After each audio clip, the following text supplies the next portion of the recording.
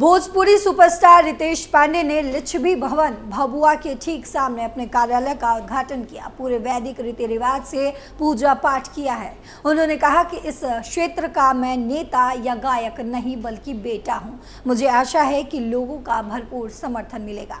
जनता को संबोधित करते हुए उन्होंने कहा कि बिहार में शिक्षा का स्तर काफी खराब है। अगर हम जीते तो इस दिशा में काम करेंगे। तो और क्या कुछ उन्होंने कहा और क्या कुछ किया है और भोजपुरी का क्या कुछ वर्चस्व है बिहार में, बताएंगे आपको इस स्पेशल स्टोरी में।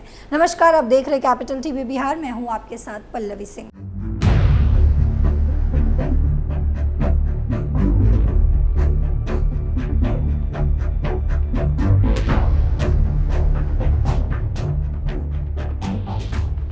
बिहार की सियासत में भोजपुरी के सितारों ने हमेशा ही कमाल किया है। भोजपुरी सिनेमा में कई एक्टर सिंगर सियासत में अपना सिक्का जमा चुके हैं, जिनमें बड़े नाम निरहुआ, रवि किशन, पवन सिंह जैसे बड़े नाम शामिल हैं। अब एक और सिंगर ने फिल्मी दुनिया में अपना नाम बनाने के बाद राजनीति का सफर तय करने के लिए शुरुआत कर दी है। ये नाम है भोजपुरी सिंगर रितेश पांडे का, जिन्होंने कैमूर जिले के भभुआ में अपना चुनावी कार्यालय खोलकर ताल ठोक दी है। भोजपुरी सुपरस्टार रितेश पांडे ने लिच्छवी भवन भभुआ के ठीक सामने अपने कार्यालय का उद्घाटन पूरे वैदिक रीति रिवाज से और पूजा पाठ से किया है। उन्होंने कहा कि इस क्षेत्र का मैं नेता या गायक नहीं बल्कि बेटा बनूंगा। मुझे आशा है कि लोगों का भरपूर समर्थन भी मिलेगा। जनता को संबोधित करते हुए उन्होंने कहा कि बिहार में शिक्षा का स्तर काफ़ी खराब है। अगर जनता का समर्थन मिला मुझे तो शिक्षा को सुदृढ़ करने के क्षेत्र में भी काम करूंगा। सैकड़ों की संख्या में पहुंचेंगे लोग। रितेश पांडे ने इस कार्यक्रम में सैकड़ों की संख्या में लोग पहुंचे थे और भभुआ विधानसभा शुरू से ही ब्राह्मण बहुल इलाका माना जाता है। इस बार भभुआ के विधायक भरत बिंद चुनाव जीते हैं। इससे पहले ब्राह्मण उम्मीदवारों की जीत होती रही है। कराकाट विधानसभा से पवन सिंह के ताल ठोकने के बाद इस बार किस्मत आजमाने रितेश पांडे भी पहुंच चुके हैं। रितेश पांडे ने मंच से कई भक्ति के गाने भी गाए हैं। जानकारी देते हुए रितेश पांडे ने बताया कि शिक्षा में बिहार सबसे पीछे है। मैं किसी पार्टी से ही लड़ूंगा। अगर हम चुनाव जीते तो शिक्षा को सुधारना ही मेरा उद्देश्य रहेगा। बहुत से सरकारी कार्यालय में घूसखोरी का प्रचलन बढ़ा हुआ है। अगर हम जीतते हैं और हमारे कार्यकाल में कोई घूस लेता है तो उसको छठी का दूध याद दिला देंगे। मैं यहाँ की आवाज़ दिल्ली तक पहुँचाने का काम करूँगा। कोविड के समय में ही मैंने लोगों की मदद की थी। सबसे ज़्यादा ज़रूरत यहाँ के लोगों को है। शिक्षा और यहाँ के लोगों के लिए पर्यटन के लिए जोर दिया जाएगा। अगर पर्यटन पर जोर दिया जाए तो ये सबसे खुशहाल विधानसभा हो सकती है।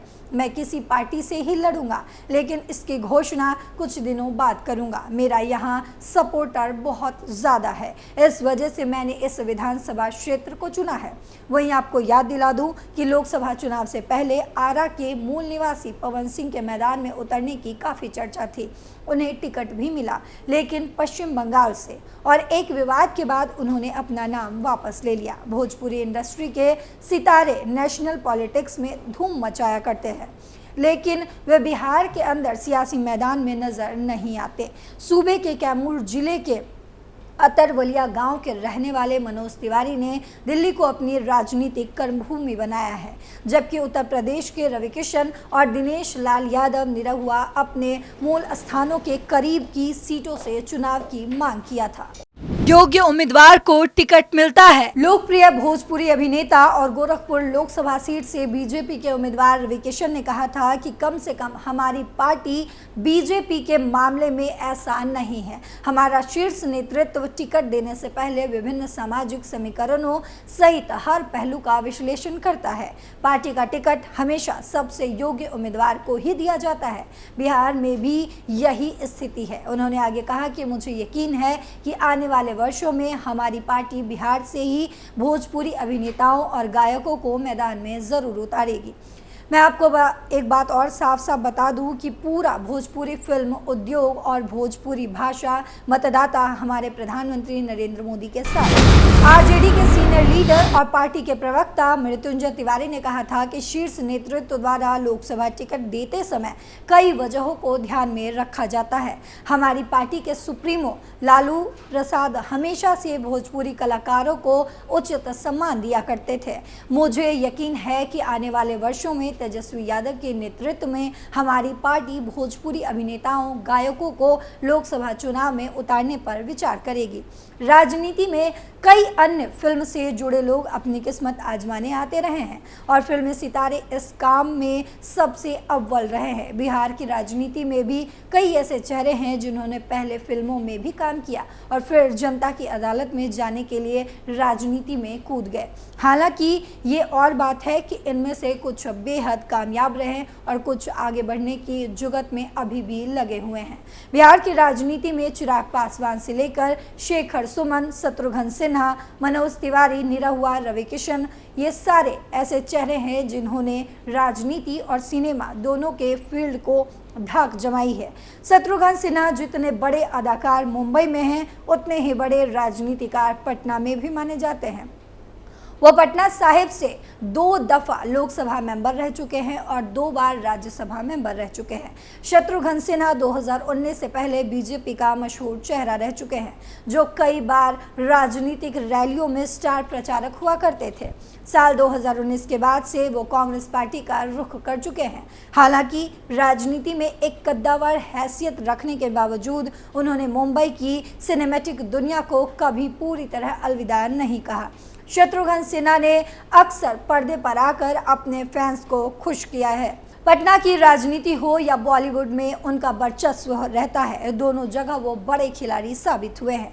वहीं बात करें रवि किशन की, तो रवि किशन भोजपुरी सिनेमा में टॉप के एक्टर माने जाते हैं। राजनीति में आने से पहले भोजपुरी सिनेमा में उनको टक्कर देने का शायद किसी की हिम्मत नहीं है।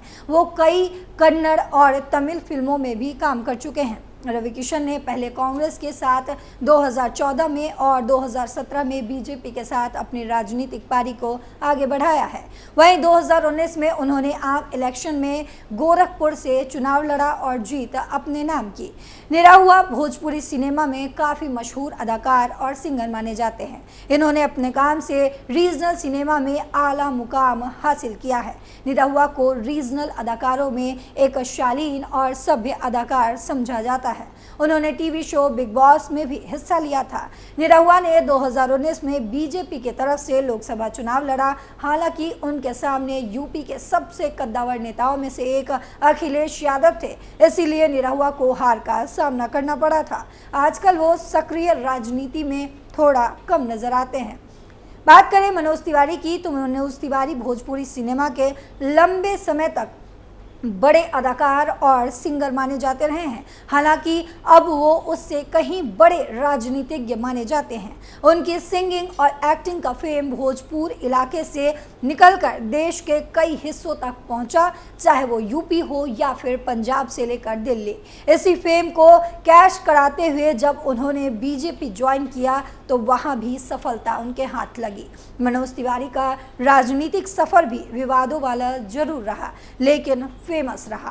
पहले उन्होंने समाजवादी पार्टी की तरफ से चुनाव लड़ा और बाद में 2014 में वो बीजेपी के लिए मैदान में उतर आए और पार्लियामेंट पहुंचने में सफल भी रहे। वो राजनीति में आने से पहले बिग बॉस का भी हिस्सा रह चुके हैं। शेखर सुमन ने बॉलीवुड से लेकर टीवी तक में हर जगह अपने काम से अपनी छाप छोड़ी है। साल 1984 से लेकर अब तक वो टीवी से लेकर कई दर्जन बड़ी फिल्मों में दर्शकों को मनोरंजन दिखा चुके हैं। वहीं वर्ष 2009 की बात करें तो वहां उन्होंने सक्रिय राजनीति में आने का फैसला किया।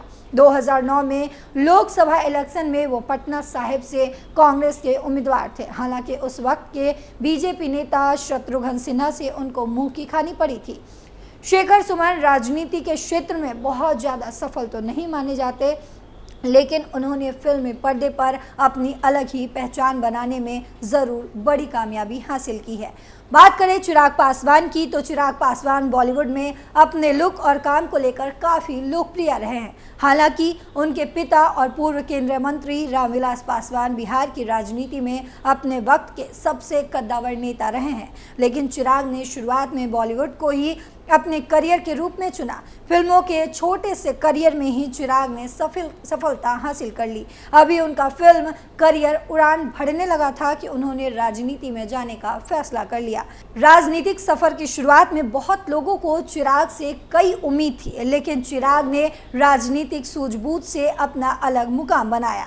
पिता की राजनीति और बीजेपी से नजदीकी उनके करियर में बड़ा बूस्टर लेकर आई। वहीं रामविलास पासवान की मौत के बाद भी चिराग अपने कद का इस्तेमाल करते हुए बिहार की राजनीति में एक परिवेक चेहरा बन गए। इस खबर पर अब आपकी क्या राय है, कमेंट बॉक्स में ज़रूर बताते जाइएगा। फिलहाल मेरे साथ इतना ही। देश और दुनिया की तमाम खबरों के लिए देखते रहिए कैपिटल टीवी। नमस्कार।